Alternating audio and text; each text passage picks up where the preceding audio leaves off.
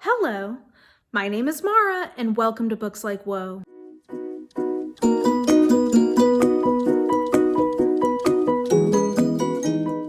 So this is a video that you guys will be seeing that is filmed in two batches. One is something I'm filming right now, which is going through my list of 20 books that I would like to read in 2020. Because I did this in 2019. I did 19 books I want to read in 2019, and I do think that that was a really effective challenge to help me get through some things on my TBR that sometimes I've been putting off for whatever reason, or just kind of get through some books I've been meaning to get to and help make them a priority.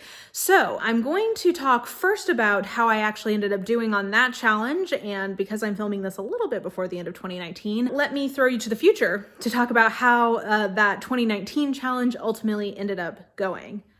Hola! Today is the 30th of December, so I do technically still have one day left in the year, but I feel pretty confident about where this is going to shake out at this point, so we're going to go ahead and talk about how I did. So, as of this filming of the 19 books that I wanted to read, I have actually finished, DNF'd, dispositioned 15 of them. I am almost done with the 16th, which is Essays and Understanding by Hannah Arendt, and I did not get to 3 of them. So I did not get to Bayou Moon by Ilona Andrews, I did not get to Year One by Nora Roberts, and I did not get to Difficult Women by Roxane Gay. Now, I am not worried about this because those are 3 books by 3 of my very favorite authors, so they're going to happen. And I think one thing I definitely learned from picking this year's list is that going forward, I want to focus on books that are less inevitable. Like, it is inevitable that I'm going to read an Ilona Andrews book. It is inevitable that I'm going to get to a Nora Roberts book. It's not so inevitable that I'm going to get to, I'm trying to think of ones on my list this year. Like the book about hell that I read from Hans Urs von Balthasar. Like if I hadn't put that on this list, would I have read that book this year? Probably not. So that is where I'm definitely going to focus my 20 books I want to read in 2020 list, as you are about to see. In terms of the book I liked best and least, I would say the book that I liked best was definitely Trail of Lightning by Rebecca Roanhorse. This is a 4.5-star book for me.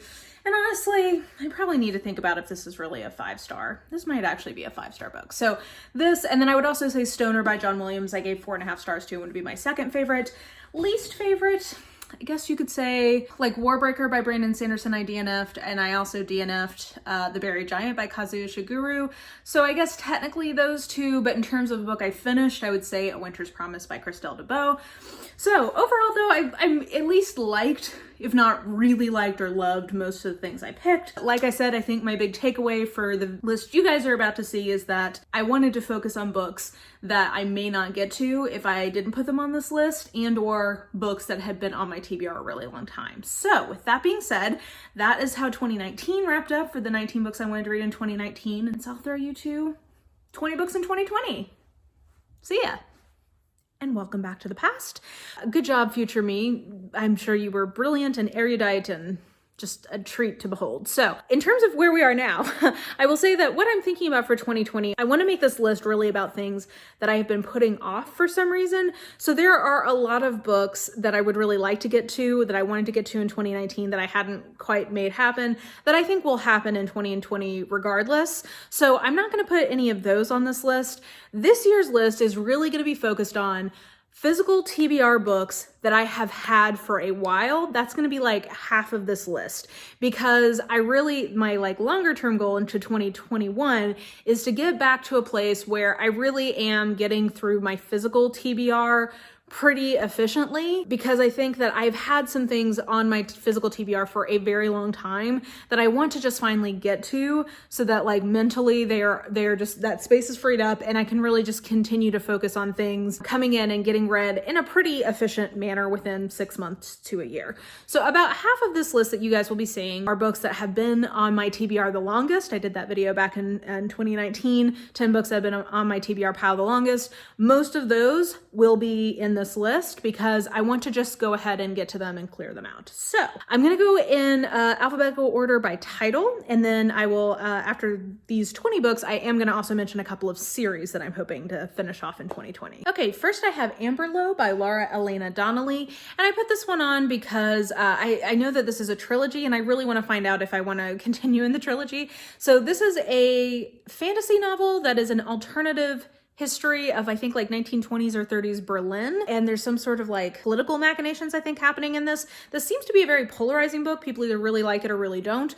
And it's just been on for a while and I keep just never actually picking it up. So I want to go ahead and pick that one up this year so that I can see what I think about it and decide if I want to continue / just join the general discourse on this particular book since it is kind of divisive. Next, we have Angel Maker by Nick Harkaway, which I think is a speculative fiction, genre bendy kind of thing. This is a situation where it's the author I'm wanting to try. So a couple people I follow really like Nick Harkaway and his stuff, and I've always meant to get to him. He's one that has been on my authors to get to for probably 10 years now, and I just finally want to go ahead and do that. And Angel Maker, I think there's something, bees, I remember bees being a big theme in this one, and I don't really remember much of the plot other than it's some sort of weird genre bendy speculative fiction thing. So we'll see how I do with that. Next we have Becoming Wise, an inquiry into the mystery and art of living by Krista Tippett.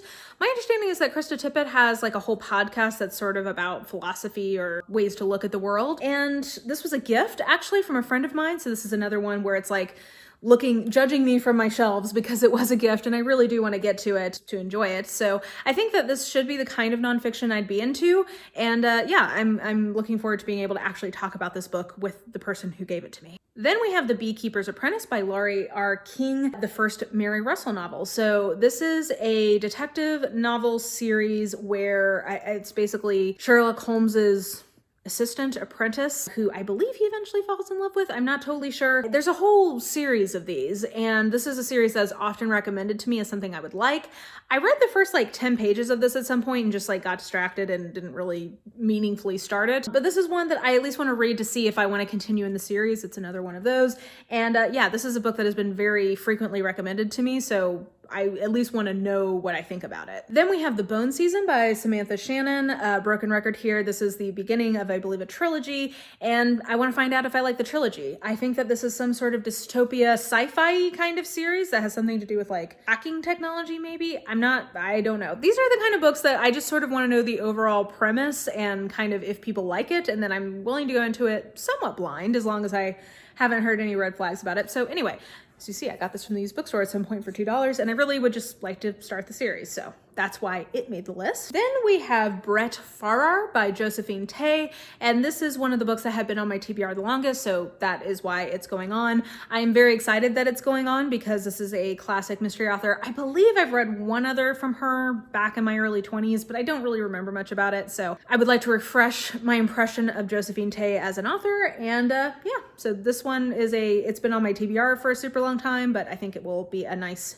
mystery addition to the list. Next, we have Circe by Madeline Miller, and this was one of the most hyped up books of 2018.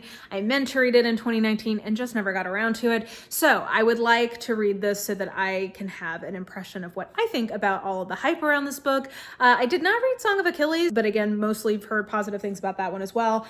So I have every expectation I will like this, hopefully. We will see. And then we have Cold Magic by Kate Elliot, and this is an example of one where I really would like to try Kate Elliot.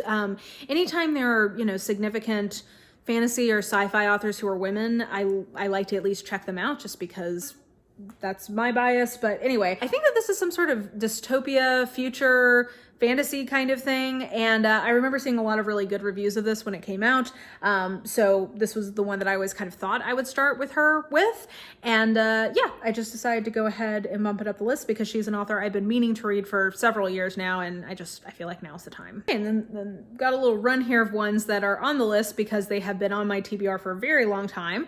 The first is The Decline and Fall of the British Aristocracy by David Cannadine, I believe. Yeah, David Cannadine, and this is a chunker of a nonfiction book, and that is really the reason I haven't gotten to it, is because I've not made time to get to a big chunky nonfiction book like this, especially because it is not available as audio. I will have to read it completely physically, which is what I used to do, and it used to take me longer to get through books like this. So this is a topic that is extremely interesting to me. If you guys watch this channel, you know the kind of interwar period is something that I tend to like things about that, and I should like this. It's just been intimidating because it's a big chunker, but I'm gonna put this into the mix, I think, for Nonfiction November, and it can also be a tome topple. Then we have Diving Bells by Lucie Wood, which is another one that has been on my TBR for a very long time, but this also supports one of the things I would like to do in 2020, which is read more short stories or get back to reading short stories, because I used to read them a lot and I just haven't in recent years, and I want to change that. So I'm very happy to tell you that there are several short story collections on this list. And yeah, this is all fairy tale retellings, which is so my jam. I tend to really like that in a short story collection. The Bloody Chamber by Angela Carter is one of my all-time favorite books. And yeah, so I think that this should be up my alley, and it's also been on my TBR for quite some time. Next, we have Dr. Olaf von Schulers' Brain by Kirsten Menger-Anderson. Another one that has been on my TBR for a very long time, was recommended to me, and I believe that these are interconnected short stories, which I tend to really like, kind of moving across time through one family. So yeah, it's not that chunky, shouldn't be that hard to get through, but just keeps not being a priority. So guess what? This year, it's gonna be a priority. Next, we have The Groves of ACADEME by Mary McCarthy, and this is a novel by Mary McCarthy. I think this and The Group are her two most well-known books.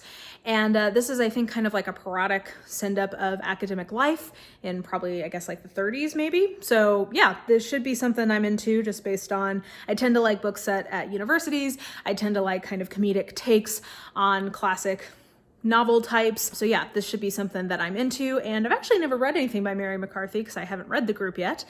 So yeah, hopefully this will be a winner. And it's one of the ones that have been on my TBR the longest, so that is how it got to this list in the first place. Then we have Johannes Cabal and the Fear Institute. This is the next in the Johannes Cabal series for me to read.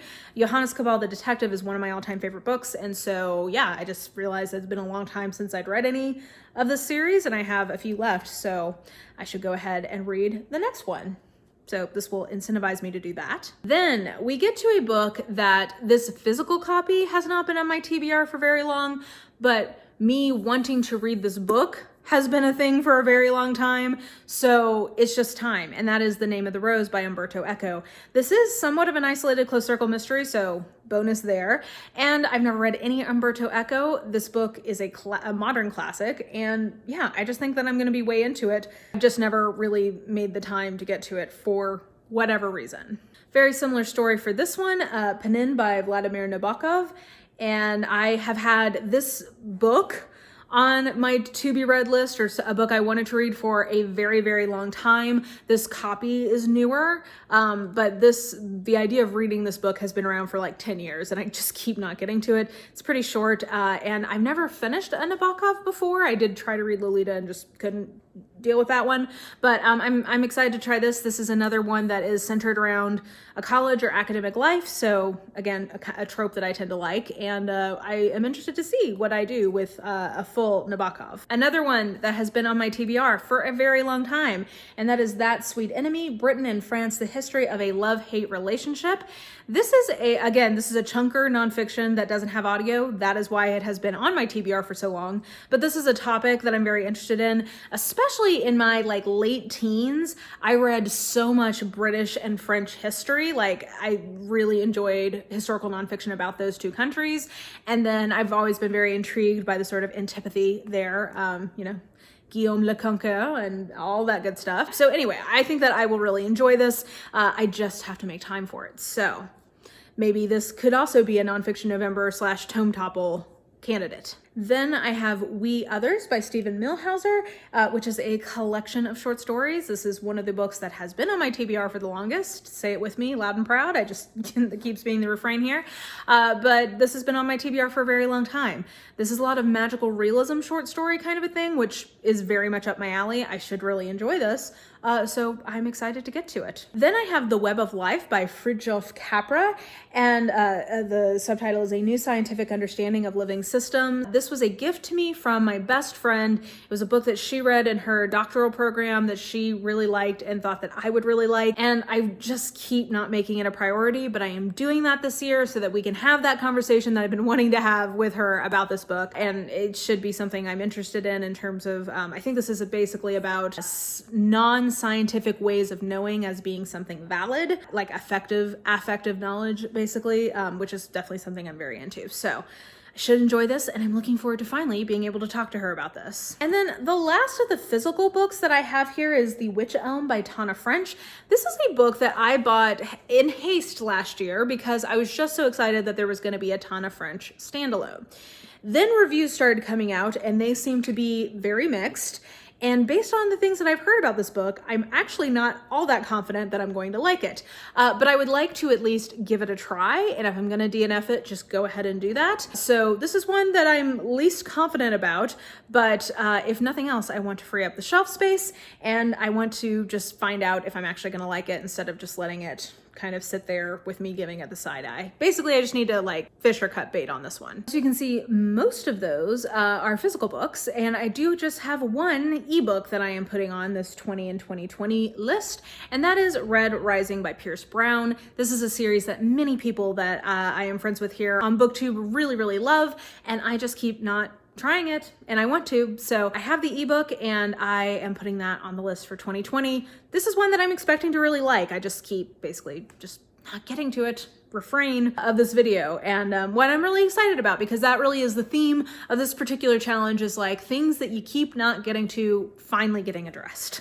Okay, so those are all the individual books that I wanted to mention, and then I do have 3 series type things that are also things I'm hoping to catch up on / finish this year. So I am hoping to finish the Beard series, or the Winston Brothers series by Penny Reed this year. I think I have 1 or 2 things left in the Knitting in the Cities series. I will do that, and then I will fully catch up on the Beard series. That's going to be one of my like yummy, bingey kind of things to do this year. Similarly, yummy and bingey, I want to catch up with Kresley Cole's Immortal After Dark series. This is something I keep meaning to do. I have so many of the ebooks. I have most of that series in ebook. There was a big sale, I think in like 2015, and I got all of the ones to date at like $1.99. I have all of these books. I want to just catch up with them and then decide if I want to continue in the series, but that's definitely a goal for me. And then my final series-y type thing, or at least author-y type thing, is I want to finish all of the remaining Agatha Christie books that I have not yet read, and I believe that there are 8 of them at this point. Half of these are Tommy and Tuppence. The Secret Adversary, In or M, Postern of Fate, Partners in Crime, Pale Horse, Death Comes as the End, The Man in the Brown Suit, and Destination Unknown. I know when I say that, a lot of people are going to say, oh, does that mean you're going to do another like read-along challenge like Project Poirot or Mission Marple? I am not. I think this year I don't want to make that commitment. That's just kind of what it boils down to. I do plan, I think what I will probably do is a reading vlog of finishing up those books. So I will definitely have some content around that, but I just don't think I have the space this year to try to host an ongoing read along that is multi-month like that again. That doesn't sound appealing to me this year. So I'm not going to be doing that, but you will be seeing content from me on that. And then in 2021, I want to reread the 4 books of hers that I don't remember what I think about them. And then I can do an updated ranking video after that. But I think that's all my goals for 2020. Which I think is plenty. You will be seeing, I believe, in a couple of days, my 12 classics TBR, and then that's actually my full list of challenges for the year. You know, I found in 2019 that I very much enjoy having these challenges to help structure my mood reading. For me, that really works. I know some people don't like challenges, they find them stressful or dumb or whatever. For me, in 2019, I was very happy with how having some structure helped me kind of keep good forward momentum on reading, because I am a mood reader, so sometimes if I don't have a little bit of direction to guide my mood, I can kind of just get overwhelmed trying to figure out what it is I'm in the mood for. Whereas if I had like a set list of options, it's a little easier for me to be like, that one. So anyway, I find them really helpful, and I'm looking forward to these. And I'm excited that by the end of 2020, if I get to all of these, I will be back in a place where I don't feel like I have books that have just been on my TBR forever, or a lot fewer of them anyway. That will feel good. Who knows? By the end of 2020 though, maybe other books will feel like they have been on my TBR forever, and I can feel guilty about those, and we can just continue this cycle. We will see. But anyway, let me know if you are doing any challenges for 2020, or what you think of any of the books that I mentioned in the comments down below. Let me know what you think. And yeah, I think that will do it. So if you enjoyed this video, please like, subscribe, follow me on the social medias if you are so inclined. I have all that information listed in the description box below, and I think that will do it. I hope you guys are having an absolutely lovely day, and I will just talk to you soon. Bye.